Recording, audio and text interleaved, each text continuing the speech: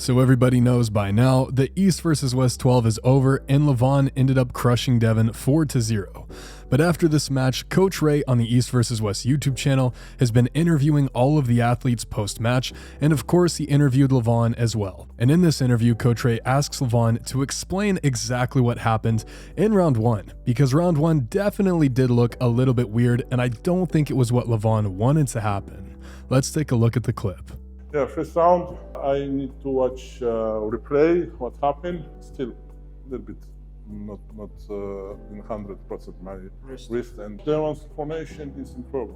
When I press him, he lost many power, yeah. So it was a bit difficult for me to understand exactly what LEVAN was saying here, but it sounds to me like he's saying either he had maybe a little bit of pain in his wrist, or it just wasn't fully warmed up, and that caused him to lose his wrist and also to not really try as hard as he may have and as hard as he tried in the later rounds. So maybe he felt some discomfort and decided that if he really tried to keep his wrist as hard as he can, it might get injured again, so he decided to go ahead and let it go. But LEVAN says that after round 1, his wrist felt a lot better, it was warmed up at that point, and he had a lot more confidence in it, so he was able to fire harder in those later rounds. And another thing that LEVAN does touch on is the fact that Devin's bicep probably got totally blown out throughout round 1 as well. Maybe LEVAN's wrist was challenged or taxed quite a bit, but Devin's bicep was probably taxed even more so, because once LEVAN transitioned to that flop press move, he was now isolating Devin's bicep, he was isolating his elbow flexor,